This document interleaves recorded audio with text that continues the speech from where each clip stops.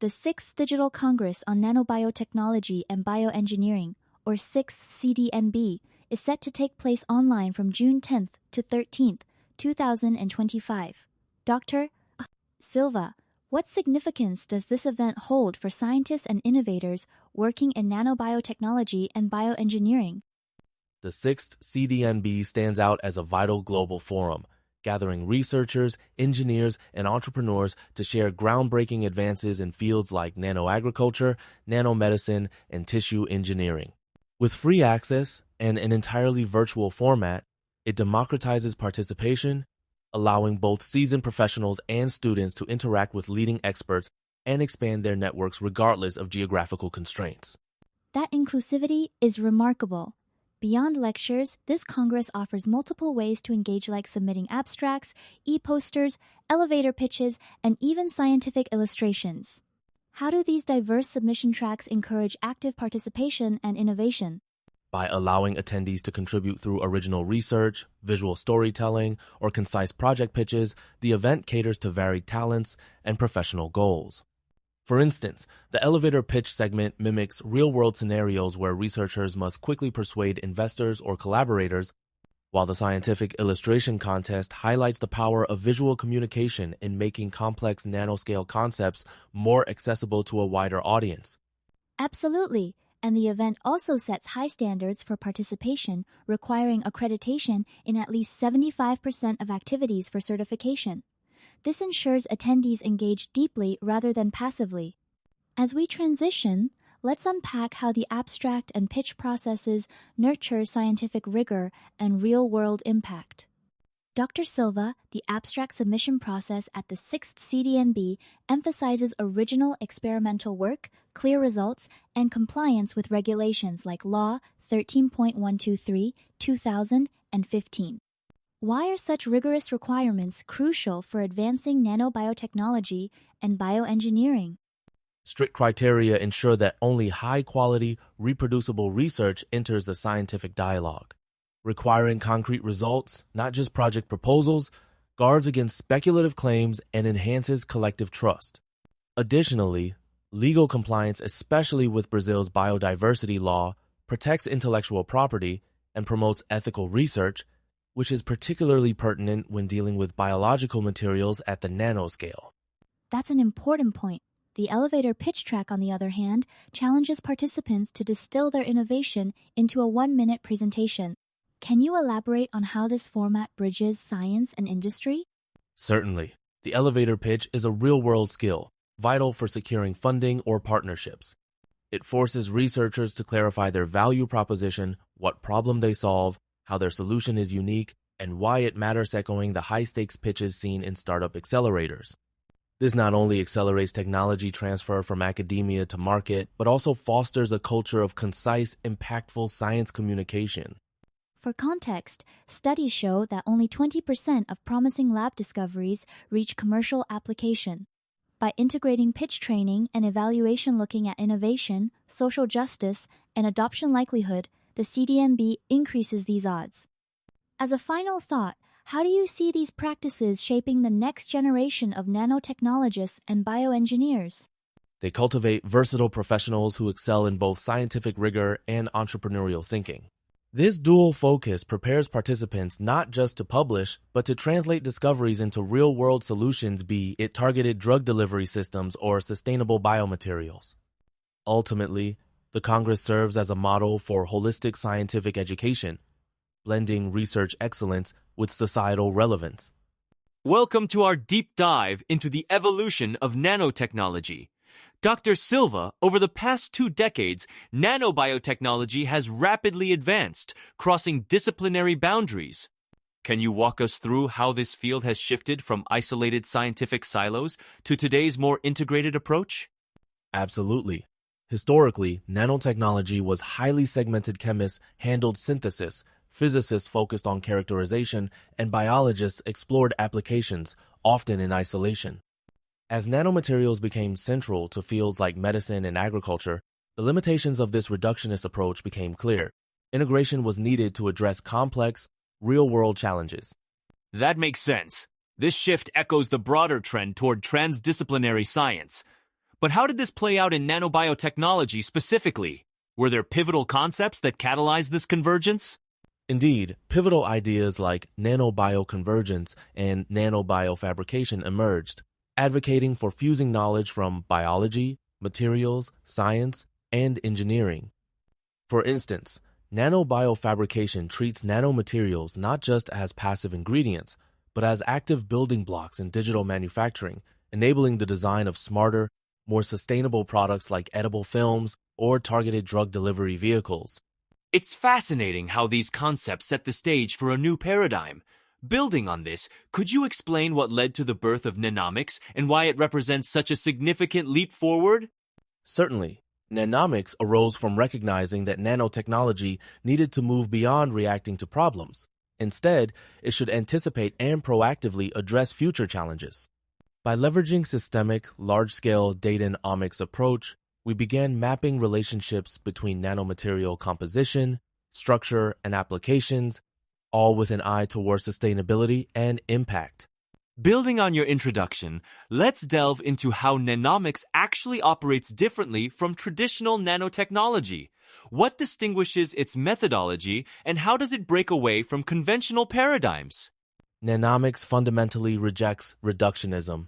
Rather than analyzing nanomaterials in isolation, it examines them as dynamic systems within ecosystems, much like how genomics studies genes within the context of entire biological networks. This holistic view relies on multidimensional data correlations, using advanced statistical modeling and artificial intelligence to guide both discovery and application. That's a powerful analogy.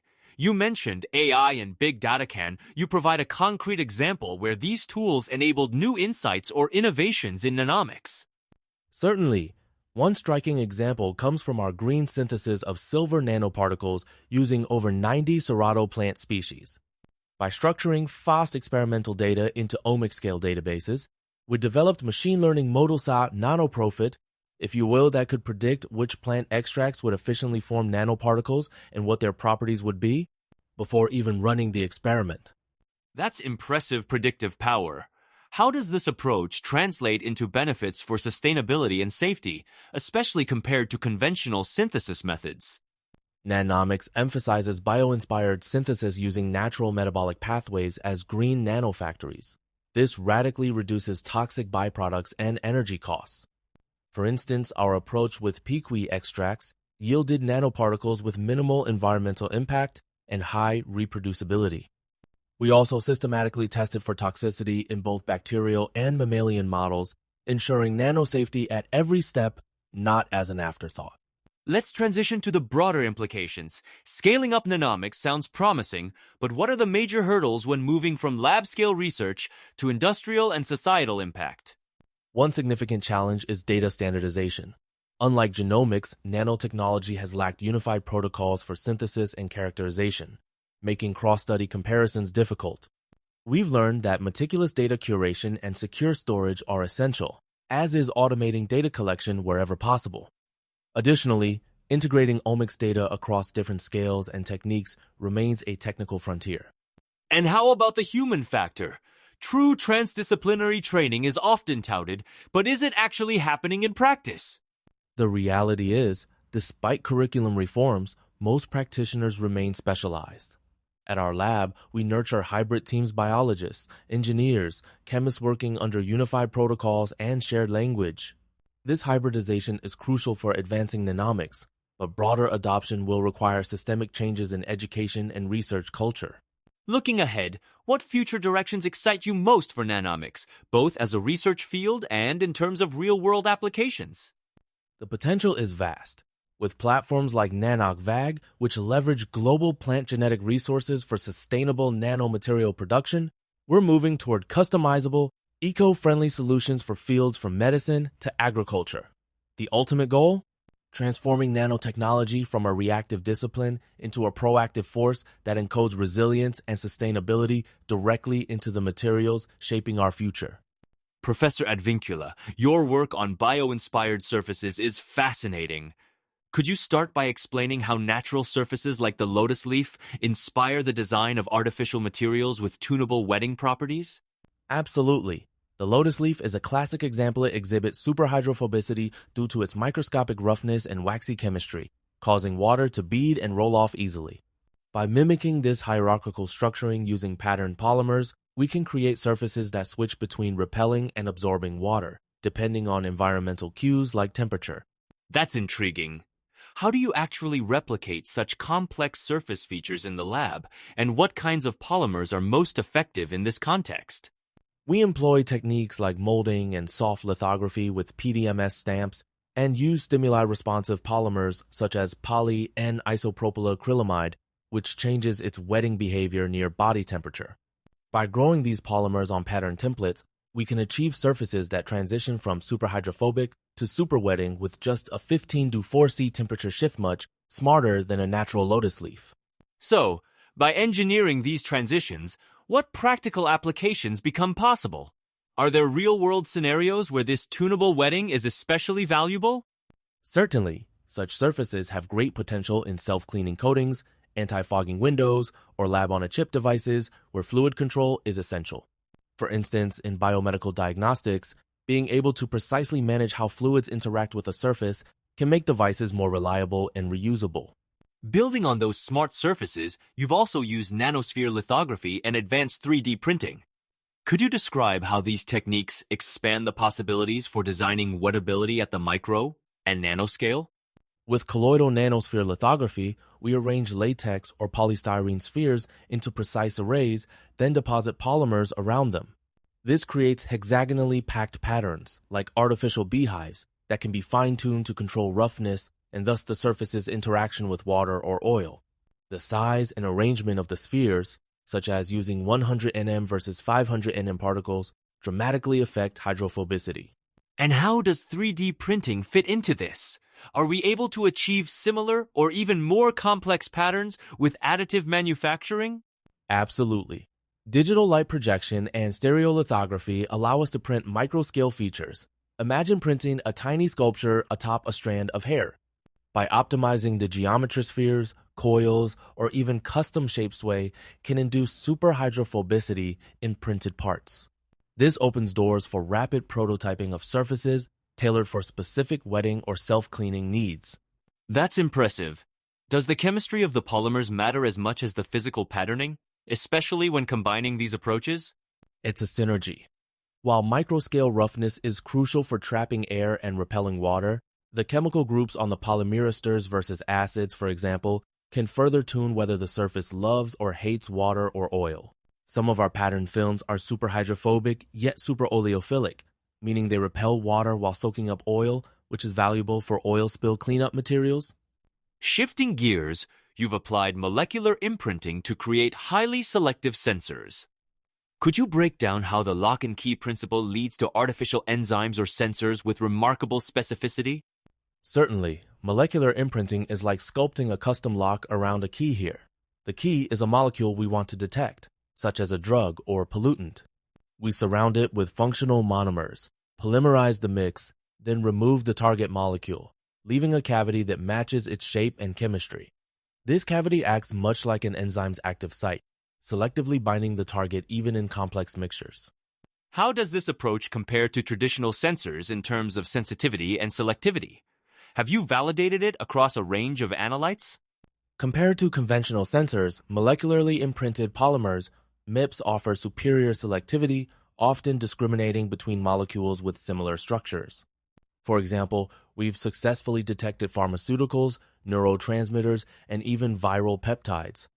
Studies show that templated sensors exhibit much higher response to their target molecule versus non-templated controls, as measured by techniques like surface plasmon, resonance, or quartz crystal microbalance. Can these MIP-based sensors be integrated with the patterned surfaces or nanostructures you described earlier to enhance their performance? Definitely.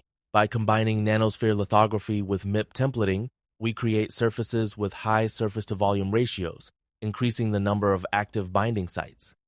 This hybrid approach boosts sensitivity, enabling rapid detection of trace analytica, critical advantage in clinical diagnostics, environmental monitoring, and even security applications like nerve agent detection.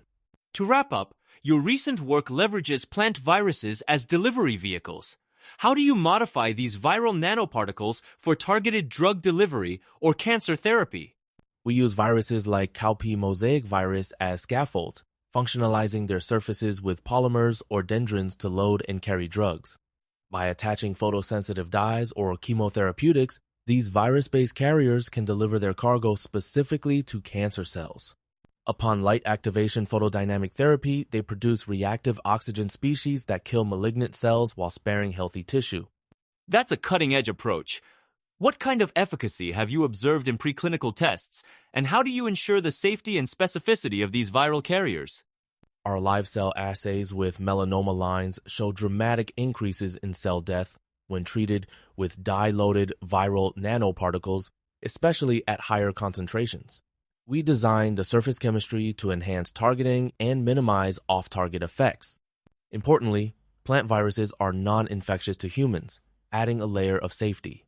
We also use high-resolution imaging to confirm precise delivery and monitor therapeutic outcomes.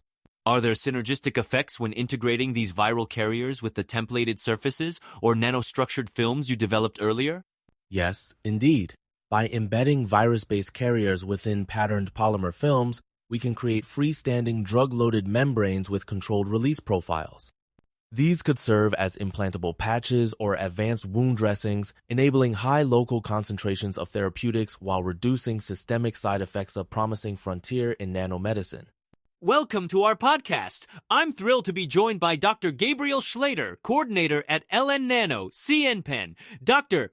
Schlater, to set the stage, could you explain why artificial intelligence, AI, has become such a crucial tool in the discovery and design of new materials? Thank you for having me. AI has revolutionized materials science by drastically accelerating the pace at which we uncover new compounds. Traditionally, finding a material with a specific property like a certain conductivity or strength was akin to searching for a needle in a haystack of almost infinite size. By analyzing vast datasets, AI identifies patterns and predicts which combinations of elements might yield promising materials, reducing years of trial and error to mere months or even weeks. That's a powerful analogy. Building on that, can you walk us through how AI fits within the broader evolution of scientific paradigms? Is it just another tool, or does it represent a fundamental shift? Great question. Science has advanced through several major paradigms: empirical experimentation, theoretical modeling, computational simulation, and now data-driven science. AI embodies this fourth paradigm, extracting knowledge from massive datasets that would overwhelm human researchers. Some even argue we're on the verge of a fifth paradigm, where machines autonomously generate new scientific hypotheses. Importantly, these paradigms reinforce each other. AI doesn't replace traditional science, but amplifies and accelerates it. That historical perspective helps clarify things. Given the exponential growth of data in research, how does AI help bridge the gap between what's collected and what's actually transformed into useful knowledge? Indeed, data generation far outpaces our ability to process it manually. AI leverages statistical learning and pattern recognition to mine this data for actionable insights. For instance, in our lab, we use deep neural networks to analyze everything from atomic compositions to microscopy images, extracting latent relationships that inform the search for new materials. This automated knowledge extraction is essential for keeping up with the sheer volume of experimental results being produced worldwide. Let's delve deeper into specific AI-powered strategies in materials science. One area that stands out is inverse design. Could you explain how this works and why it's so transformative for the field? Absolutely. Inverse design flips the traditional approach. Instead of asking, what properties does this material have, we ask, what material would have this property? AI models learn from existing data to map desired properties back to potential material candidates. It's like reverse engineering a recipe if you know the flavor you want. AI suggests the ingredients and preparation steps to achieve it.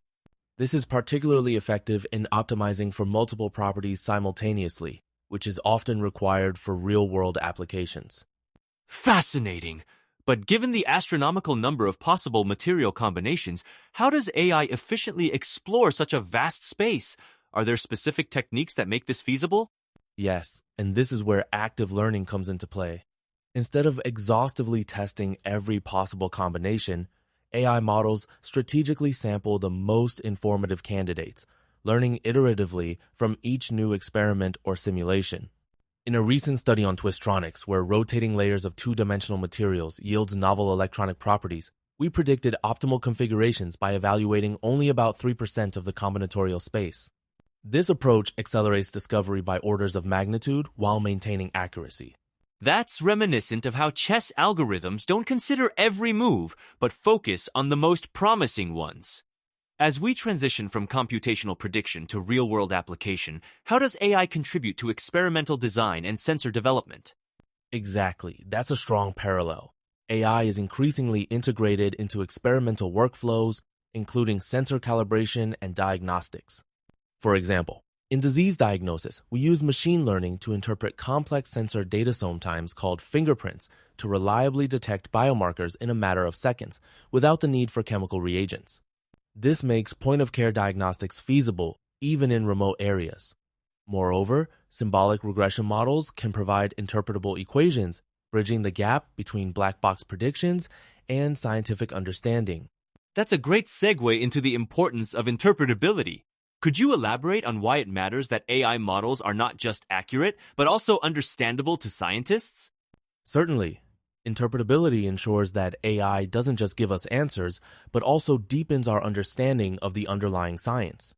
When models produce transparent equations or highlight which variables drive predictions, researchers gain confidence in the results and can generate new hypotheses.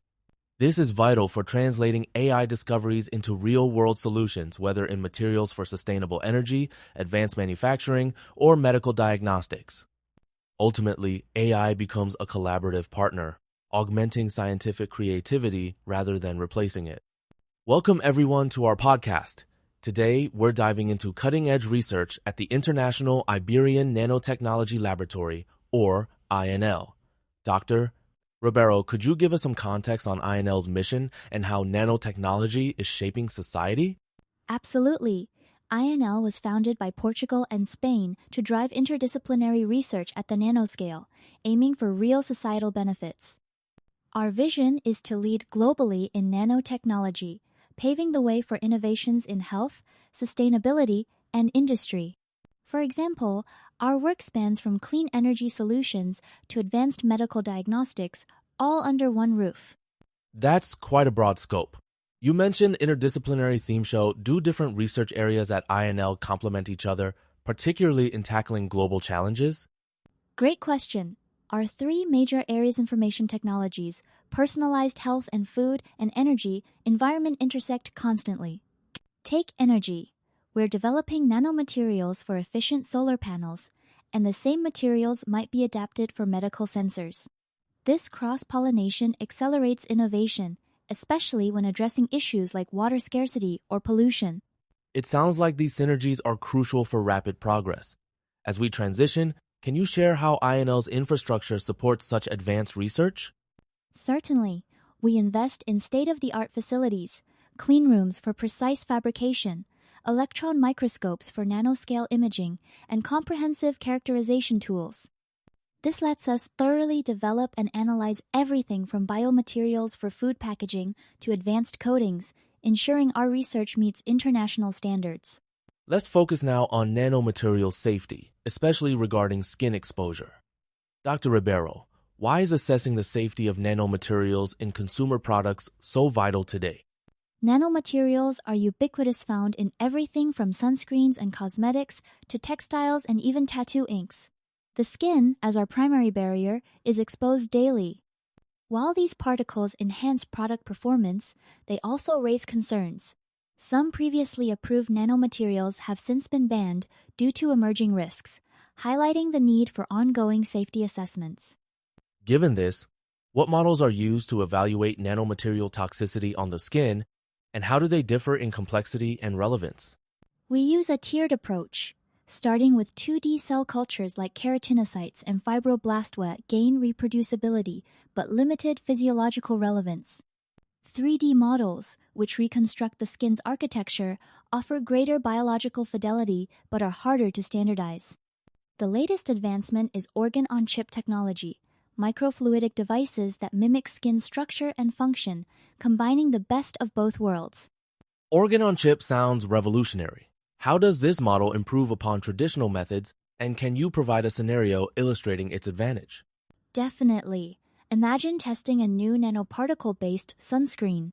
In a 2D model, you might detect basic toxicity, but organ-on-chip allows real-time monitoring of barrier function, inflammation, and even cell-to-cell communication under dynamic flow conditions closely resembling human skin.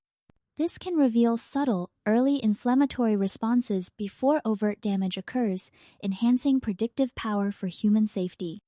Let's delve deeper into your experimental findings. What did your team discover about how titanium dioxide nanoparticles interact with skin cells in both 2D and more complex models? We began by characterizing these nanoparticles, imaging their size, structure, and how they behave in biological fluids. Notably, particles agglomerate in culture media, affecting their bioavailability. In 2D cultures, we found that fibroblasts are more sensitive than keratinocytes. Even low nanoparticle concentrations reduced fibroblast proliferation, while keratinocyte effects appeared only at higher doses. That's intriguing. Did you observe differences in how these cells internalize nanoparticles, and how does this inform our understanding of toxicity? Yes, using electron microscopy, we saw that nanoparticles localize within autophagal lysosome, essentially the cell's recycling centers. The internalization pathways differed between cell types, likely influenced by their protein coronas, which are shaped by the culture medium. This impacts how particles are processed and whether they trigger stress or inflammation. How did these findings translate to 3D and skin-on-chip models? Were there notable changes in particle penetration or cellular response? Certainly. In 3D models, nanoparticles mostly remained in the outermost skin layers, correlating with a more robust barrier. The skin-on-chip system revealed even finer details. A moderate, early inflammatory response was detected, evidenced by changes in cytokines like ILONRA. This suggests that these platforms can detect early warning signs of irritation or inflammation, often missed in simpler models. Looking ahead, how is your team advancing these models, especially regarding the skin microbiome and real-time monitoring? We're now incorporating the skin microbiome, introducing bacteria like Staphylococcus epidermidis into our skin-on-chip models. This allows us to study not just how nanoparticles affect human cells, but also the delicate balance between skin cells and their resident microbes, which is crucial for skin health and immune responses. Fascinating. Are there technological innovations helping to monitor these interactions more precisely? Yes, we're developing graphene-based sensors directly within the chips.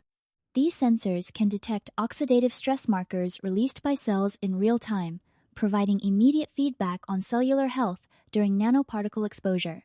This integrated approach could revolutionize toxicology, making safety testing both faster and more predictive. It seems your work is not only enhancing safety, but also improving our fundamental understanding of skin biology. Thank you, Dr.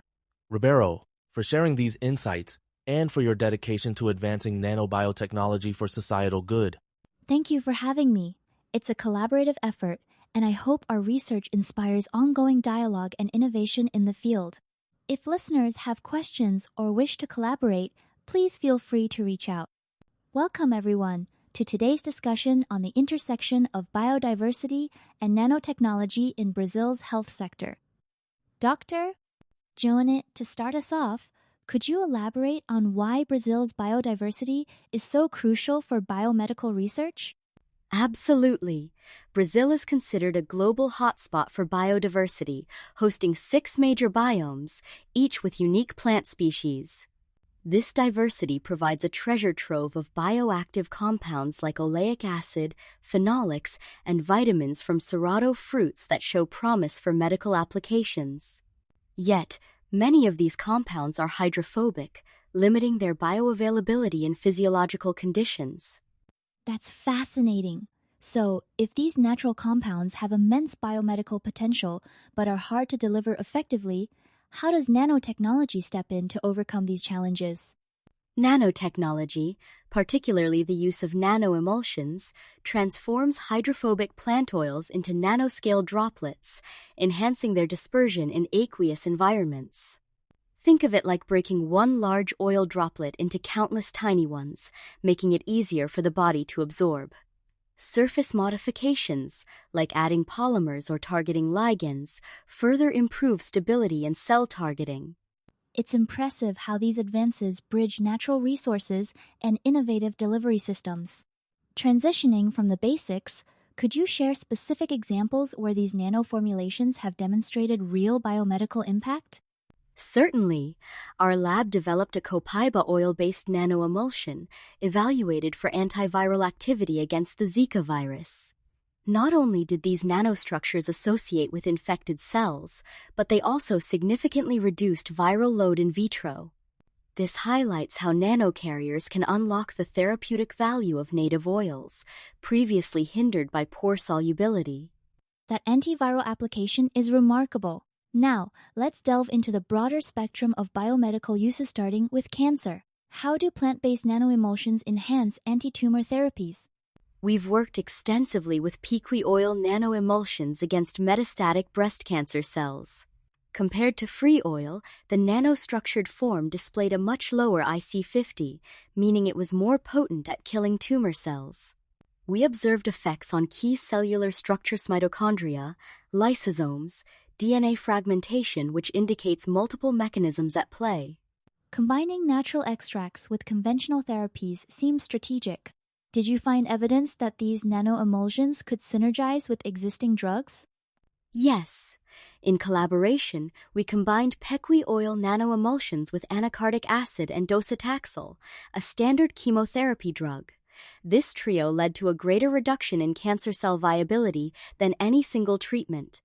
Such synergistic effects may allow lower doses, reducing adverse effects while maximizing efficacy. Let's shift to inflammation and wound healing, which are also pressing concerns in healthcare. How have you adapted nanotechnology to address these issues, particularly in challenging cases like diabetic foot ulcers? Great question. We developed Andiroba oil nanoemulsions and tested their effects on keratinocyte migration proxy for wound healing. In vitro, the nanostructured oil promoted faster cell migration than free oil, indicating improved healing potential. Furthermore, in treating diabetic foot ulcers, combining nanostructured plant extracts with phototherapy and biomembranes accelerated healing by over 90% in 6 weeks, far outpacing standard care. That's a significant improvement. Before we wrap up, could you touch on the broader implications, especially regarding sustainable development and translating these technologies from lab to clinic? Of course! Our approach not only adds value to Brazil's natural resources, but also supports local communities engaged in sustainable extraction. We collaborate with both public and private sectors to ensure these innovations reach patients, as seen with our antiviral nanoemulsion face masks produced during the pandemic. Ultimately, this work strengthens the circular economy and public health infrastructure, fulfilling both scientific and social missions. Welcome to today's lecture on biomimetic vesicles. Let's begin by laying the groundwork. When we talk about modern drug delivery systems, what are the core challenges researchers face in ensuring drugs reach their intended targets within the body? Great starting point. Drug delivery systems, or DDS, aim to encapsulate drugs so they're released at specific sites. The main challenge is overcoming physiological barriers like cell membranes, mucus layers, and the immune system, which often block therapeutic agents, especially complex molecules like mRNA or proteins. That makes sense. Liposomes have emerged as a key solution here. Can you explain, in simple terms, how liposomes work and why their structure is so useful for drug delivery? Absolutely. Liposomes are tiny spherical vesicles with a membrane structure similar to cell membranes. Imagine a soap bubble, but on the nanoscaliate's shell is made from lipids having hydrophilic heads and hydrophobic tails. This design allows liposomes to encapsulate both water-soluble and fat-soluble drugs, facilitating targeted and protected delivery. Now, liposomes sound ideal, but I've read that they're often quickly cleared by the immune system. How have scientists addressed this, and what impact does it have on their effectiveness? You're spot on. Conventional liposomes are recognized as foreign by immune cells and removed rapidly a process called opsonization. To counter this, researchers developed stealth liposomes by attaching polyethylene glycol, PEG, chains to their surface. This camouflage extends their circulation time, giving drugs a better chance to reach their targets. Transitioning from traditional liposomes, let's explore the next frontier: biomimetic vesicles. What distinguishes these from earlier nanocarriers, both structurally and functionally? Biomimetic vesicles are inspired by nature's own delivery systems like cell-derived exosomes or viral particles. Unlike synthetic liposomes, they incorporate natural membrane components, sometimes even entire cell membranes or proteins, to closely mimic the body's own communication and transport mechanisms. This helps them evade immune detection and target specific cells more effectively. That's fascinating. Could you give us an example of how these natural features improve therapeutic outcomes, perhaps using exosomes or membrane-coated nanoparticles? Certainly. Take exosomestony vesicles cells naturally secrete for intercellular communication. When used in drug delivery, exosomes can carry therapeutic RNA or proteins directly to recipient cells, leveraging built-in targeting signals. Similarly, coating nanoparticles with cancer cell membranes can allow them to blend in and home in on tumors, enhancing precision and reducing side effects. It seems like these strategies offer a major leap forward. Are there statistics or studies showing how much more effective biomimetic vesicles are compared to standard liposomes? Absolutely. A 2021 Nature Nanotechnology paper showed that exosome-coated nanoparticles doubled tumor accumulation versus pegylated liposomes in mouse models. Additionally, cell membrane-coated particles have demonstrated up to 70% improved circulation times and better immune evasion, translating to enhanced therapeutic indices. Delving deeper, let's discuss the engineering behind these vesicles. How are advanced techniques like microfluidics enabling the precise fabrication of both synthetic and biomimetic vesicles? Microfluidics revolutionizes vesicle production by controlling fluid flow at the micrometer scale. Imagine a tiny factory on a chip where lipids and proteins mix under controlled conditions. Techniques like hydrodynamic focusing allow for the formation of uniform liposomes or hybrid vesicles, often at rates exceeding 20 milliliters per minute, ideal for scaling up production. That's a vivid analogy. Are there specific advantages to using microfluidics over traditional batch methods, especially for incorporating delicate proteins or cell membranes? Certainly. Microfluidics offers unparalleled reproducibility and control over vesicle size, which is crucial for ensuring consistent drug release. Plus, it enables the gentle incorporation of sensitive components like transmembrane proteins without denaturing them. This is essential for biomimetic vesicles, as maintaining protein functionality is key to targeting and immune evasion. For listeners curious about real-world impact, could you share an example where advanced engineering made a significant difference in therapeutic development? Absolutely. In the development of COVID-19 mRNA vaccines, lipid nanoparticles produced via microfluidics were critical. Their precise size and uniformity ensured efficient delivery of mRNA into cells, contributing to the vaccine's high efficacy and rapid global deployment. As we look ahead, what are the main hurdles in scaling up biomimetic vesicle technologies for clinical use, and what research directions look most promising? Scaling remains a key challenge.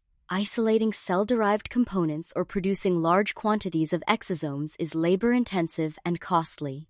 There's also the issue of reproducibility. Each batch must meet stringent safety and efficacy standards.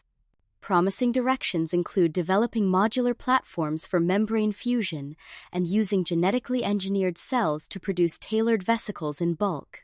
Given these obstacles, do you foresee biomimetic vesicles overtaking synthetic nanoparticles in the near future, or will they coexist as complementary tools? A great question. I believe a hybrid approach will prevail. Synthetic platforms offer scalability and design flexibility, while biomimetic strategies provide superior targeting and biocompatibility. For example, hybrid vesicles combining liposome technology with cell membrane coatings can balance cost, functionality, and safety, offering the best of both worlds. To wrap up, could you summarize the potential impact of biomimetic vesicles on nanomedicine and patient care if these challenges are overcome? Certainly. If scalable, standardized production becomes feasible, biomimetic vesicles could transform therapies for cancer, genetic diseases, and beyond, enabling highly targeted treatments with fewer side effects. Ultimately, they represent a convergence of biology and engineering with the power to revolutionize personalized medicine. Good morning, afternoon, or evening to all our listeners. Today, we're diving into an exciting frontier, the application of nanotechnology for agricultural bioinputs. Professor Oluwaseun Adetunji, could you start by explaining what nanotechnology means in this context and why it's gaining traction in agriculture? Absolutely, nanotechnology involves manipulating matter at the nanoscale, typically between 1 and 100 nanometers. In agriculture, this allows us to engineer bioinputs such as biofertilizers, biopesticides, and biostimulants for enhanced precision, efficiency, and environmental sustainability. With the world population on track to hit around 9 billion by 2050, boosting food production by 60% is crucial, and nanotech offers powerful tools to meet this demand. That's a significant challenge. Could you clarify how these nano-enabled bioinputs differ from conventional chemical inputs, and what specific problems do they solve? Certainly. Traditional chemical fertilizers and pesticides often cause soil degradation, runoff, and environmental harm due to overuse and imprecise application. In contrast, nanoformulations allow us to deliver nutrients or active agents directly to target sites. Think of it as using a GPS-guided delivery truck versus a crop-dusting plane. This minimizes waste, reduces environmental impact, and can even protect beneficial soil microbes. That analogy really highlights the improvement in accuracy. As we transition to our next segment, I'd like to explore the technical mechanisms and real-world examples of these advanced nanobio inputs. Let's delve into how these technologies actually work on the ground. Professor Washi, could you walk us through some technical details, perhaps starting with nanoparticle-based delivery systems for fertilizers or pesticides? Of course. Imagine nanoparticles as tiny capsules that can encapsulate nutrients or biological agents. For example, nanosilica or chitosan carriers are used to encase beneficial bacteria like rhizobium, protecting them from UV light and harsh soil conditions. These carriers enable controlled, gradual release of nutrients, so plants receive a steady supply instead of a single, overwhelming dose. Fascinating! How about nanosensors and nanoemulsions? What roles do they play in this ecosystem, and do they offer benefits beyond traditional monitoring or formulation? Great question. Nanosensors can be embedded in soil to monitor moisture, nutrient levels, and even pest presence in real time, enabling data-driven precision agriculture.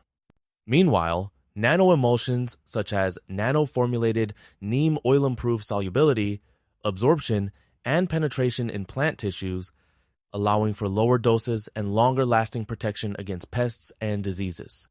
A 2021 study showed that nano-neem emulsions achieved 40% higher pest control efficiency while reducing chemical usage. Those efficiency gains are impressive. Now, while the technology sounds promising, what about concerns like regulation, environmental safety, and accessibility for smallholder farmers? These are legitimate issues. Regulatory frameworks for nanobio inputs are still evolving globally, with gaps in long-term safety data and standardization. There's also potential toxicity to non-target organisms, and high costs may impede adoption in developing regions. Addressing these challenges requires multinational research, robust field trials, public-private partnerships, and clear policy guidelines so that the benefits of nano-agriculture can reach all scales of farming. Thank you for that comprehensive overview. As we look ahead, integrating smart nanoformulations with AI-driven systems and fostering collaborative innovation appears vital for sustainable, equitable food production. Professor Washi, I appreciate your insights, and I hope our audience is inspired to learn more about this transformative field. Welcome to the show. Antimicrobial resistance is a mounting global threat, and today we're exploring a cutting-edge response, the discovery and development of antimicrobial peptides, or AMPs. Dr.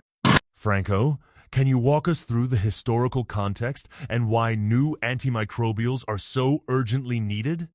Absolutely. For centuries, bacterial infections were devastating. Think of the Black Plague, which decimated populations in the Middle Ages. The discovery of antibiotics like penicillin in the 20th century was revolutionary, but their overuse has led to bacteria evolving resistance faster than we can develop new drugs. Today, superbugs challenge even our most advanced treatments. That's a sobering reality.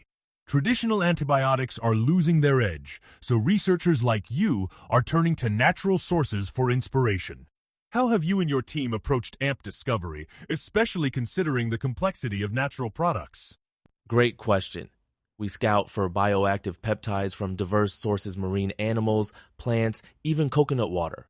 However, translating these natural compounds into industrial products is tough due to issues like low yield, high complexity, or nonspecific activity. To overcome this, we use bioinformatics to analyze peptide sequences and structures, helping us design more effective, targeted AMPs. So, bioinformatics acts like a magnifying glass, revealing hidden patterns in nature's molecular arsenal. Before we delve into computational strategies, can you share an example of a successful natural peptide discovery that set the stage for future research? Certainly. One pivotal moment was when we studied antifreeze peptides from a South American fish. While their primary function was to prevent blood from freezing, we noticed structural motifs that also endowed them with antibacterial properties. By tweaking their lysine distribution and hydrophobic balance, we significantly enhanced their antibacterial activity, an exciting proof of concept for rational peptide engineering. Building on that foundation, let's discuss how bioinformatics and artificial intelligence are reshaping AMP development. Dr. Silva, could you explain how computational algorithms accelerate the discovery and optimization of these peptides? Gladly. Traditional peptide discovery relied heavily on trial and error. With bioinformatics, we can rapidly scan genetic database 7 from extinct species to predict peptides with antimicrobial potential. We use genetic algorithms like Joker, which inserts variable motifs into peptide scaffolds, generating libraries of candidates with up to 65% success rates in initial screens. That's remarkably efficient compared to classic methods. Now, with AI-specifically reinforcement learning, how do you further refine AMP candidates, and what makes this approach uniquely powerful? AI introduces a feedback loop. We feed experimental results into models that learn which amino acid combinations are most effective. Imagine a chess computer learning from every game. Reinforcement learning rewards peptide designs that kill bacteria without harming mammalian cells, while penalizing toxic or ineffective ones. Over time, the system proposes increasingly potent and selective AMPs. Fascinating. Could you provide a real-world example where AI-guided design led to an AMP with superior properties? Absolutely. We developed Pep10 using this approach. The AI suggested sequence modifications that dramatically boosted activity against drug-resistant Acinetobacter baumannii. Further, we enhanced stability by cyclizing the peptide. Think of it as tying the molecule into a loop, making it harder for enzymes to break down without compromising antimicrobial potency. It's impressive that these computational tools not only generate novel sequences, but also help solve delivery challenges. How are new delivery systems, like polypeptide vesicles, enabling intracellular targeting of tough infections?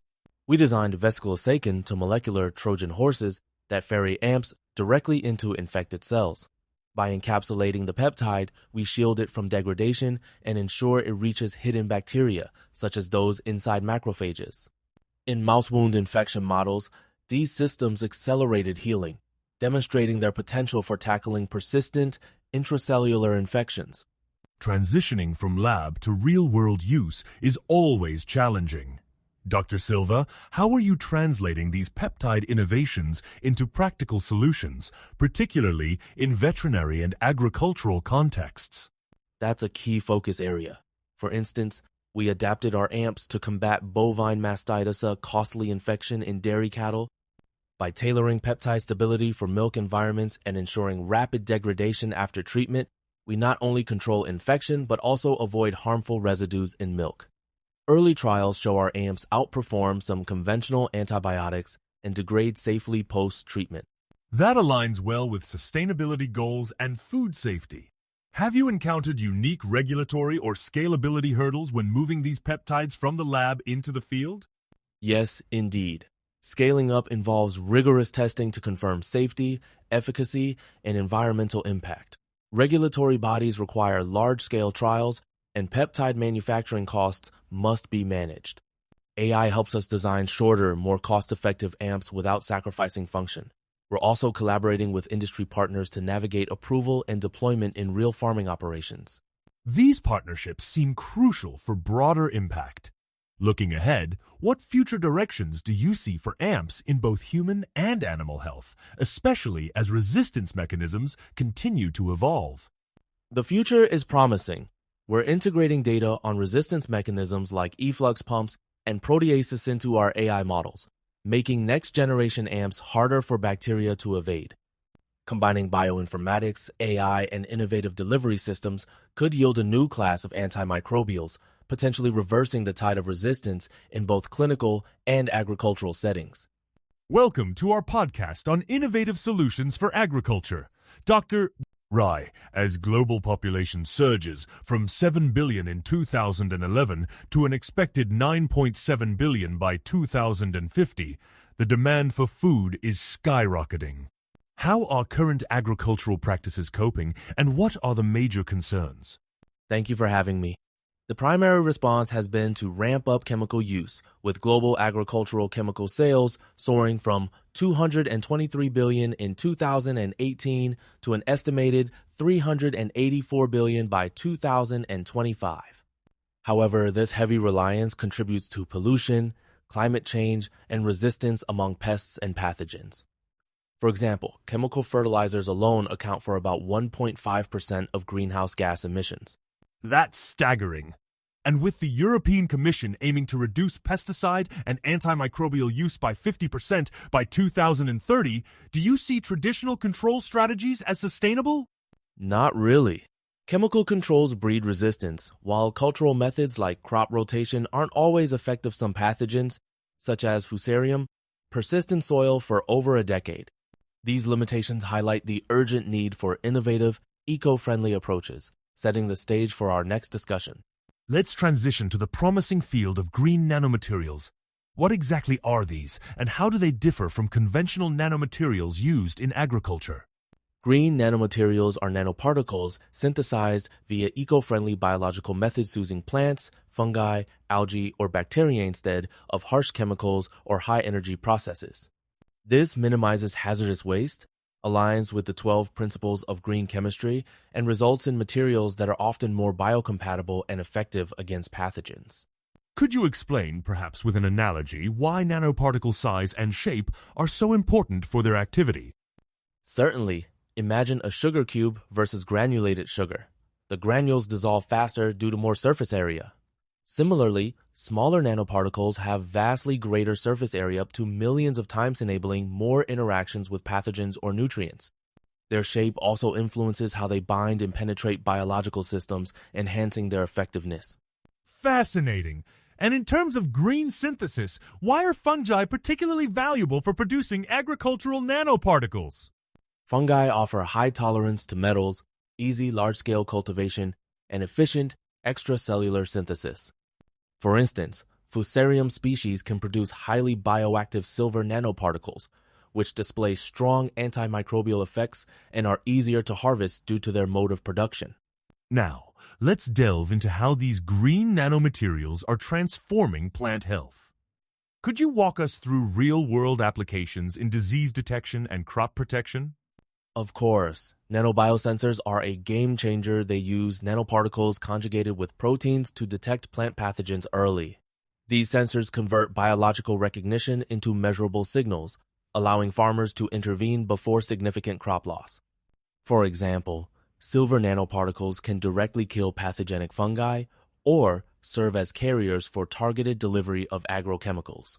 Are there specific crop studies showing measurable benefits from these technologies, especially compared to traditional methods? Absolutely. In ginger, a crop where up to 60% yield can be lost to soft rot, sulfur and copper nanoparticles were applied during quarantine. Sulfur nanoparticles led to the highest plant growth and disease resistance, outperforming both copper nanoparticles and commercial fungicides, as evidenced by enhanced chlorophyll fluorescence and performance indices. How about nanofertilizers? Are they more efficient than conventional fertilizers? Yes. Nanofertilizers like magnesium hydroxide nanoparticles boost germination and growth at lower dosages, with minimal nutrient loss to the environment. Unlike conventional fertilizers, where 50–90% may leach away, nanofertilizers offer controlled release and higher bioavailability, reducing both input costs and ecological impact.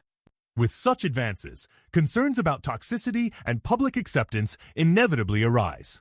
What does current research reveal about the risks associated with agricultural nanomaterials? Toxicity is a complex issue depending on nanoparticle size, shape, concentration, and surface properties. Smaller nanoparticles, though more active, can penetrate cells and disrupt vital processes, as shown by silver nanoparticles damaging beneficial soil bacteria and inhibiting DNA replication. However, studies comparing nano and conventional fertilizers show reduced ammonia and nitrous oxide emissions with nanofertilizers. Given these risks, how can regulatory frameworks and public education ensure safe, responsible adoption? We need robust safety protocols, ongoing toxicity studies, and clear guidelines for real-world use. Public acceptance hinges on transparent communication, organizing educational forums to build awareness, skills, and trust. Ultimately, biodegradable and slightly larger nanoparticles, coupled with effective regulations, can help balance innovation with safety. So, with thoughtful implementation, green nanotechnology could redefine sustainable agriculture. Dr. Rai, thank you for your insights and research, and thanks to our listeners for joining us on this deep dive into the future of plant health. Thank you for the engaging discussion. I hope our conversation inspires further exploration and responsible innovation in agricultural nanobiotechnology. Welcome to the show. Today, we're diving into innovative nanoengineering. Dr.